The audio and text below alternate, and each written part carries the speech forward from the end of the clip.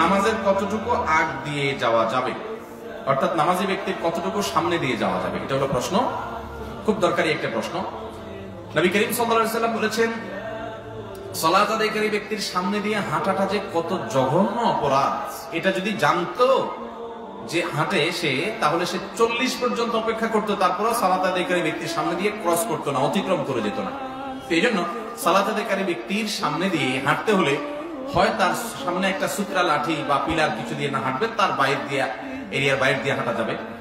অথবা সালাত আদায়কারী ব্যক্তি তিনি যদি সালাত আদায় করেন, তার সামনে দিয়ে যদি আপনার হাঁটতে হয়, তাহলে তার দৃষ্টির এরিয়ার বাইরে দিয়ে আপনি হাঁটতে পারবেন।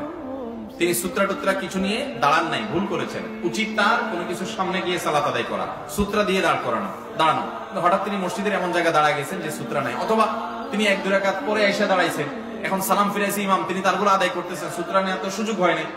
অতএব এরকম অবস্থায় তার সামনে দিয়ে আপনি হাঁটা চলা করা দরকার, আপনার জরুরি ভিত্তিতে ক্রস করে আরেক পাশে যাওয়া দরকার। যদি এরকম হয়, তাহলে সেক্ষেত্রে যিনি সালাত আদায় করছেন তার দৃষ্টি, সাধারণত একটা মানুষ নামাজের সময় তার চোখ কতটুকু যায়, এক কাতার পরে আরো 1-2 কাতার, এর বাইরের এরিয়া দিয়ে আপনি হাঁটা চলা করতে পারবেন, যাতে করে তার ডিস্টার্ব না হয়। কারণ এখানে হাঁটাটা নিষিদ্ধ এই জন্য যে সালাত আদায়কারী ব্যক্তির মনোযোগ নষ্ট হবে।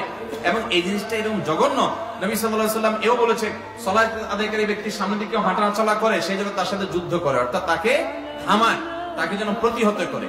আমি মসজিদে নববীতে এক ব্যক্তিকে দেখেছি এরকম, রিয়াদুল জান্নাতে তিনি সালাত আদায় করছিলেন, তো তার সামনে দিয়ে আরেকজন এরকম যাচ্ছে। রিয়াদুল জান্নাতে এখন একটু নিয়ম শৃঙ্খলার মধ্যে আসছে, একসময় তো যার যেমনি খুশি এমনি আপনার বসে থাকতো এবং হুলস্থুল করতো। তো ওই ব্যক্তি যখন সামনে দিয়ে যাচ্ছিলেন, সালাত আদায়কারী ব্যক্তি ওই লোকটাকে প্রথমে এরকম হাত দিয়ে ইশারা দিলেন যে আমি সালাতে আছি, হয়তো লক্ষ্য করে নাই, সেজন্য হাত দিয়ে এরকম ইশারা দিলেন, দিয়ে আবার উনি সালাত শুরু করছেন। লোকটা তাও যাচ্ছে, আবার তিনি বাধা দিলেন, লোকটা আবারও তেড়ামি করে যাওয়া নিয়েছে। এবার দেখলাম সালাতের মধ্যে এক হাত তার এখানে আছে, আর এক হাত দিয়ে এবার কলারটা ধরে একটা মোচড় দিল। খুব লম্বা শক্তিশালী মানুষ ছিল, মোচড় দেওয়ার পরে ওই বেচারা কাইতে নিচে পড়ে গেছে। এর মধ্যে ওই লোক সালাত শেষ করছে, কন্টিনিউ করে চলে গেছে।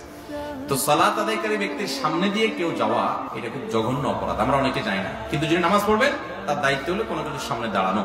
যদি তিনি ভুলে যান অথবা তিনি মাসবুক হন, তাহলে সেক্ষেত্রে তার সামনে দিয়ে হাঁটতে হলে তিনি যে কাতার এই সালাত আদায় করছেন তার আরো 1-2 কাতার রেখে আপনি সামনে দিয়ে যাবেন, যাতে তার দৃষ্টির এরিয়ার বাইরে চলে যান। যদি তার কাতারের এরিয়ার বাইরে, অর্থাৎ সেজদার এরিয়ার বাইরে দিয়ে যান, অনেক উলামা একরামের মতে জায়েজ হবে। কারণ হলো সেজদার এরিয়া পর্যন্ত হলো তার মনোযোগ নষ্ট হওয়া না হওয়ার হক আছে, এর বাইরে দিয়ে আপনি গেলে সেটাতে অসুবিধা নাই। কিন্তু এহতিয়াত এবং সতর্কতা হলো যে সালাত আদায়কারী